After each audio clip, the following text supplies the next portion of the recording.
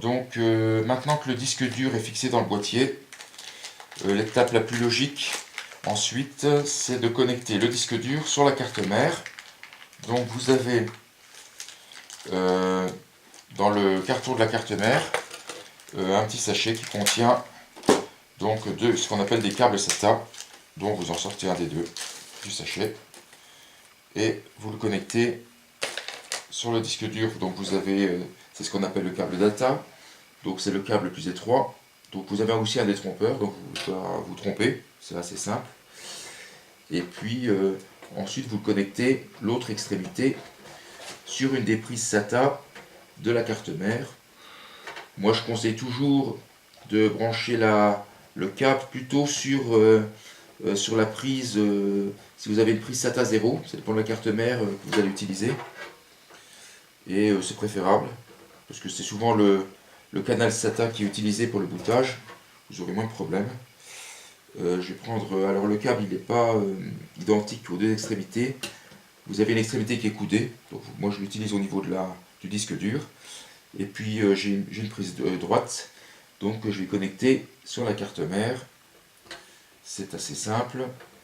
Il y a des trompeurs partout, vous ne pouvez pas vous tromper.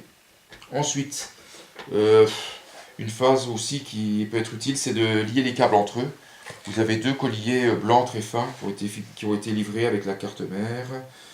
Donc vous les utilisez pour attacher les câbles entre eux.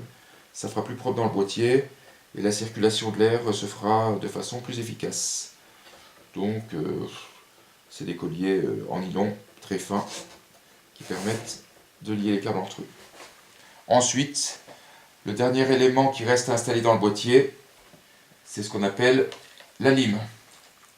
Donc vous avez un certain nombre de câbles qui sortent de ce bloc d'alim.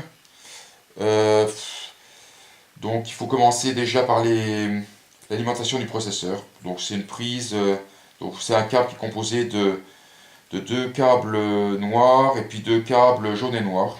Donc c'est une prise carrée à l'extrémité. Donc vous la mettez, c'est un emplacement qui est tout proche de l'alimentation du ventirad de tout à l'heure. Donc c'est très simple, il suffit de fixer le... Vous avez aussi un détrompeur, donc vous vérifiez le bon sens de la prise, et puis vous clipsez sur la carte mère. Voilà. Et ensuite, le deuxième câble qui sort de la lime, qui est indispensable pour le fonctionnement de l'ordi, c'est la prise la plus large que vous avez, qui sort du bloc d'alim.